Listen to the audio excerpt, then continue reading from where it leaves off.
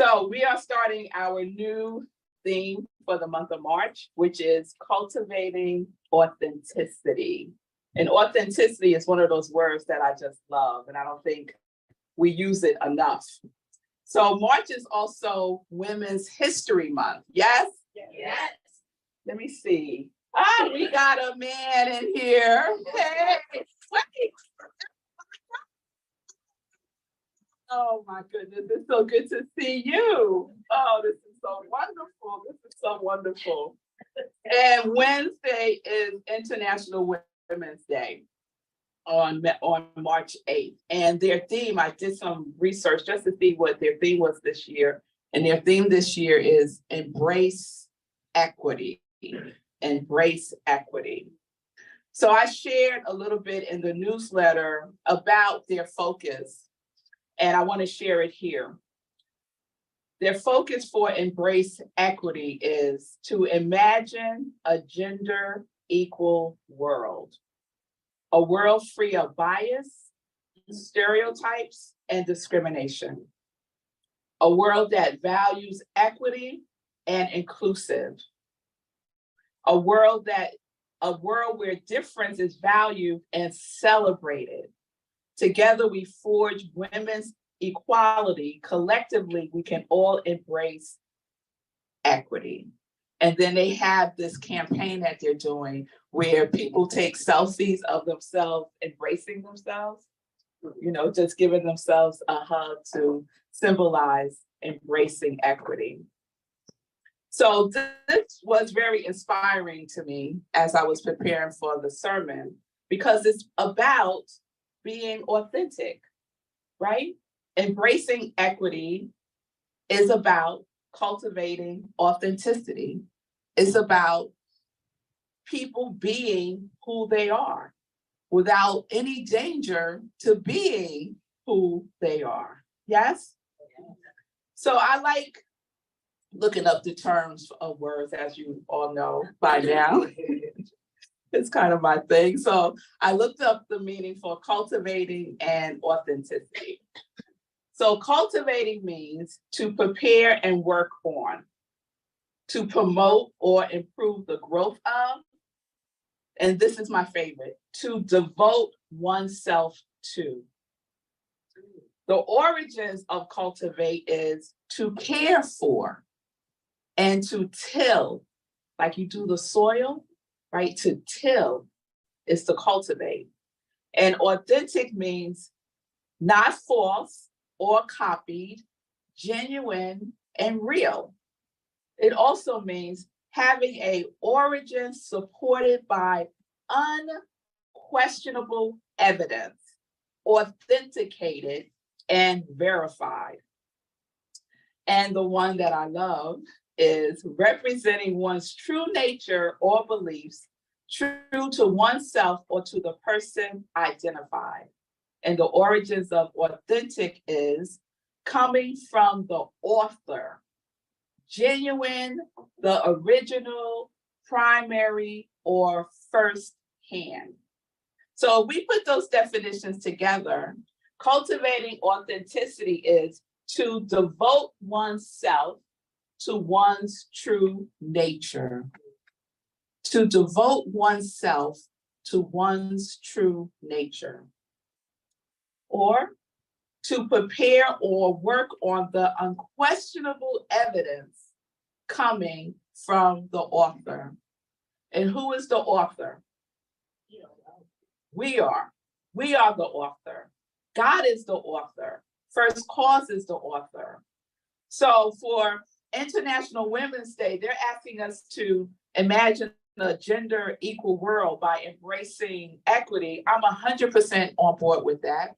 And I'm also 100% on board with us devoting ourselves to our true nature by cultivating the authenticity that we are created to be by the big author that dwells within us and everywhere. So I think embedded in authenticity is equity and equality. And according to the definitions I shared, It means that we care for each other. We care for each other because we verify that we are genuine authors. We are genuine originals of the author. We are all originals. No copies. No copies. So our topic today is everyone is already taken. And I looked up that quote too by Oscar Wilde. He says, be yourself, everyone else is already taken. And I love that. So my question. You have me doing that now too. I have you looking up quotes. I love that.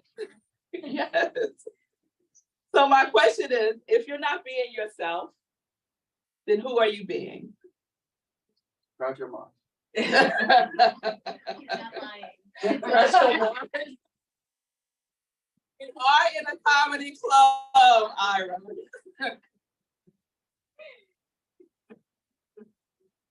And I asked last week, did God make a mistake if you think that you are not the light of the world? Did God make a mistake? No, God did not make a mistake. And I could ask the same question today. Did God make a mistake and somehow you got by quality control?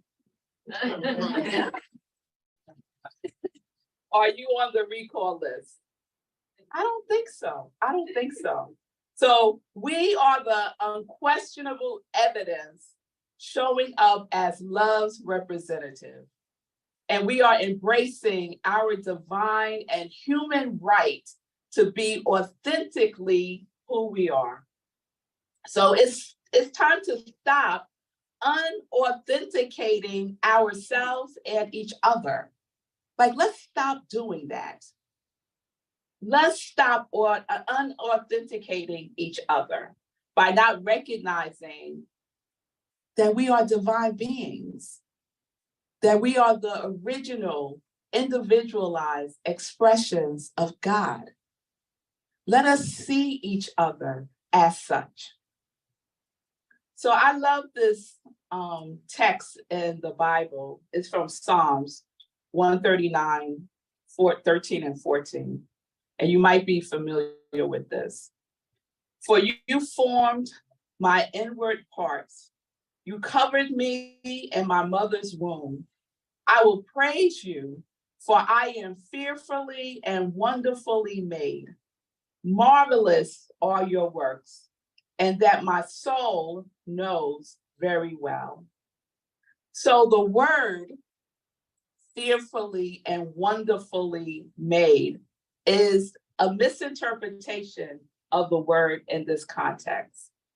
And so what fear means is awe in this context. So I'm not going to go through the history of the Bible, but we know that it's been translated and interpreted in many ways over time. And so fearfully, let's drop in awfully. We are awfully and wonderfully made. Yes? Yes. And so awe means to have profound reverence, especially for the supreme being, is how Charles Fulmore puts it in his book, The Revealing Word. So we are cultivating our awness, for God's works are marvelous. This is so exciting to me. Are y'all excited? Ernest Holmes puts it this way in Living the Science of Mind. There is a divine person back of our personality, a unique manifestation of the living spirit. It is never alike in any two people. This is proven by the fact that no two persons' thumbprints are alike. No two blades of grass are alike. No two anything are identical. And yet everything is rooted in one life, one presence, one power. God itself has placed a unique stamp on everyone. We should not study to be alike. but rather to develop what we really are. And what are we? We are awfully and wonderfully made. That is what we study when we cultivate authenticity. What we are is original. What we are is unquestionably evident. The evidence is that we are a unique image of God that comes to birth once in a universe as us. We are an authenticated and verified, and we are verified by who? What? By God. What we are is authentic. So are you cultivating your authenticity, or are you comparing yourself to other people? I catch myself sometimes comparing myself to other people. And then I check in to see how am I feeling as I'm doing this. I usually don't feel awe. I usually don't feel joy. I usually feel like sad and low and judgmental towards myself when I catch myself. And I know it's an opportunity for me to shift that. And that's what I do. And I'm going to share with you at the end some homework you could do to help yourself shift it too. So this habit of comparing ourselves to others would become obsolete if we all would honor each other as we truly are. If we will all see each other as the authentic beings that we are. If we will all see each other as awfully and wonderfully made. Yes? So having a vision that works for everyone, which is CSL's vision, requires a vision of a world where everyone embraces equity, equality, and oneness. And that requires a vision of a world where everyone lives authentically as the divine architect designed us to be. Can you vision that world with me? Can you feel that world percolating? What the world needs is people who can vision a world as such. Yes? And we do that by cultivating the authenticity of each other. I have people in my life who will call me out if I'm showing up as anything less than what God designed me to be. And we need those people, right? To remind us of the truth of who we are. We don't need the folks who are going to agree when we feel down about ourselves. We're going to be like, yeah, bro, that was messed up. You really jacked that up. What's wrong with you? Who needs that? We could give that to ourselves, right? So we need to surround ourselves who are about the business of cultivating authenticity also. So let us practice cultivating authenticity. Cultivating authenticity is a moment by moment choice. It's not something we schedule in. It's a moment by moment choice. It's a choice to be as God created us to be. It's the choice to choose to be the awfully and wonderfully made you. In each moment. Brene Brown says in her book, and Brene's Brown book is one of the books of the month for March. And the other book is Chris Ferrero's Manifesting. Yes. So we're manifesting the authenticity that we are. Brene Brown says this: authenticity is the daily practice of letting go of who we think we're supposed to be and embracing who we are. The daily practice, I would say it's a moment by moment practice, right? We take a breath, we take a sacred pause, and we remind ourselves by remembering again the truth of who we are, that we are awfully and wonderfully made. I know I have to pause a number of times throughout the day to remind myself, yes, who are you? I am awfully and magnificently made. I am joy. Who are you? Let us stop and remind each other who we are, that we see the authenticity when we see each other as God sees us. So here's your homework. It's the 5 gets to practicing cultivating authenticity. The 5 gets, this is what you get to do, okay? So the first one is from Ernest Holmes. 3 are from Brene Brown's chapter in her book, Cultivating Authenticity, Letting Go of What People Think. And the last one is from me. So the first get is, get yourself by being yourself. Be yourself by being the flowering spirit within you. Another way that I would say that's one of Ernest's. I would say, go gather yourself up. When you find yourself wandering somewhere where you have no business being, in judgment, in fear, and stuckness, go gather yourself up and be yourself. Get yourself by being yourself. Free yourself from the pressure of being who you are not. It is hard.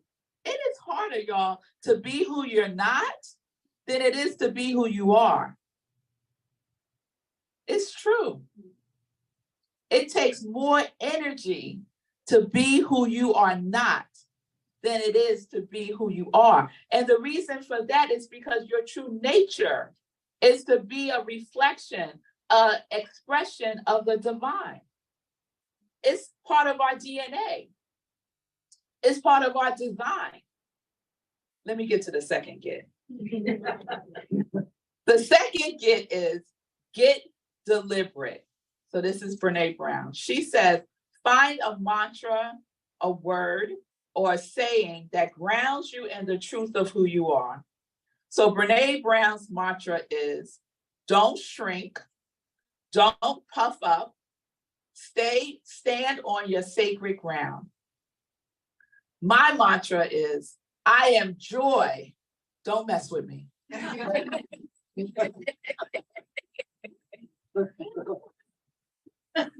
And then CSL shared one for this month.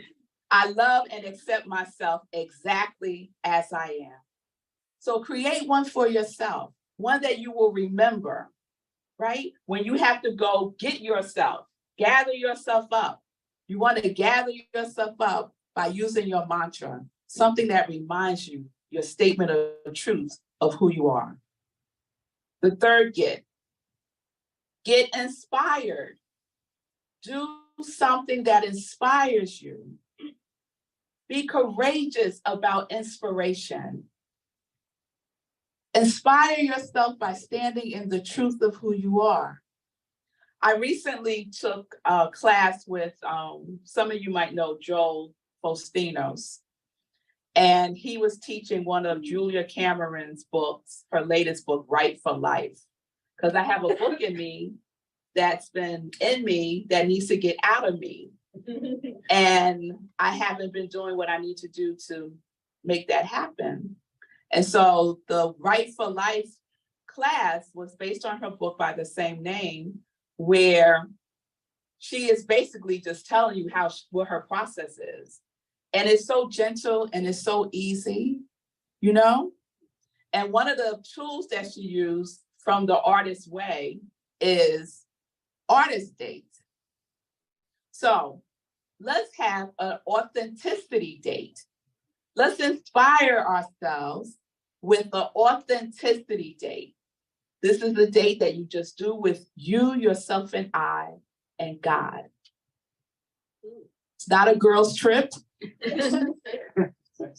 It's just you.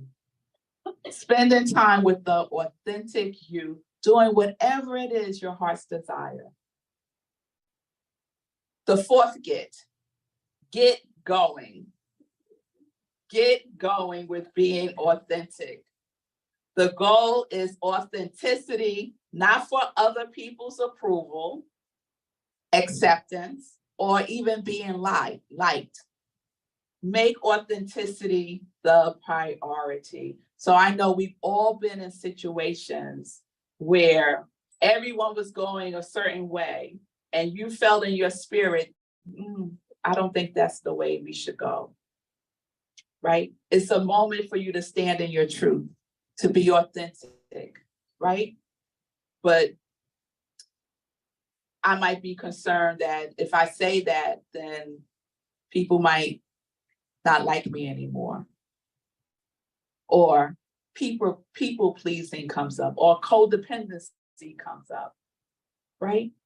Whatever the things are, it's the opportunity for us to practice cultivating authenticity by inspiring ourselves. And we have to get going. It's an action step. And then the last one, this is from me. The fifth get devoted. Get devoted. Love on yourself. Treat yourself as the precious thing that you are.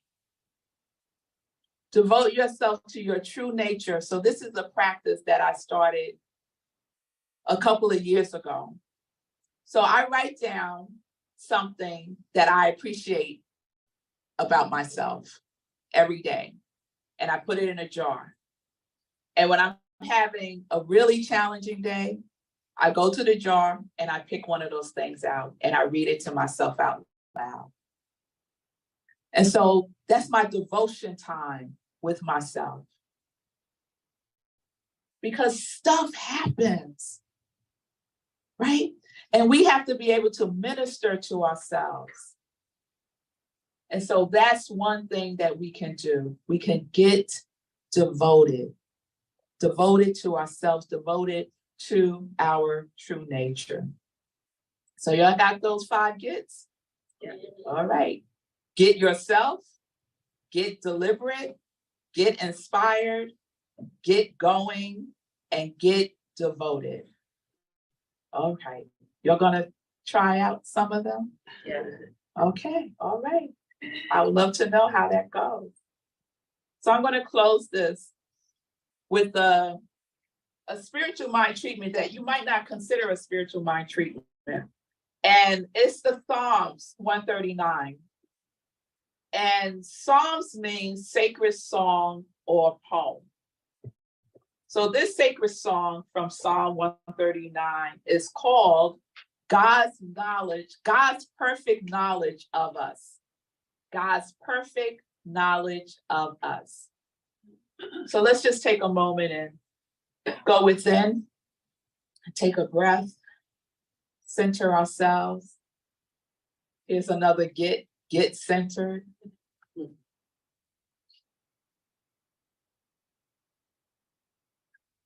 Oh Lord, you have searched me and known me. You know my sitting down and my rising up. You understand my thought afar off. You comprehend my path and my lying down, and are acquainted with all my ways. For there is not a word on my tongue, but behold, O Lord, you know it all together. You have hedged me behind and before, and laid your hand upon me. Such knowledge is too wonderful for me. It is high. I cannot attain it. Where can I go from you, Spirit? Or where can I flee from your presence? If I ascend into heaven, you are there. If I make my bed in hell, behold, you are there. If I take the wings of the morning and dwell in the uppermost parts of the sea, even there your hand shall lead me, and your right hand shall hold me. If I say, surely the darkness shall fall on me, even the night shall be light before me.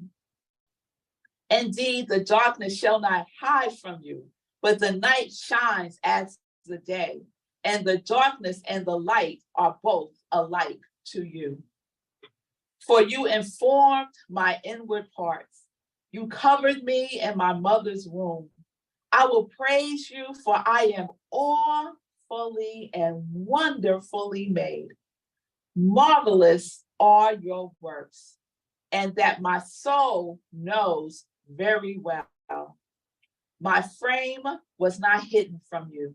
When I was made in secret and skillfully wrought in the lowest parts of the earth, your eyes saw my substance being yet unformed. And in your book, they are all written. The days are fashioned for me. When as yet there were none of them, how precious also are your thoughts to me, O God. How great is the sum of them. If I should count them, there would be more in number than the sand. When I awake, I am still with you. And so it is. Amen.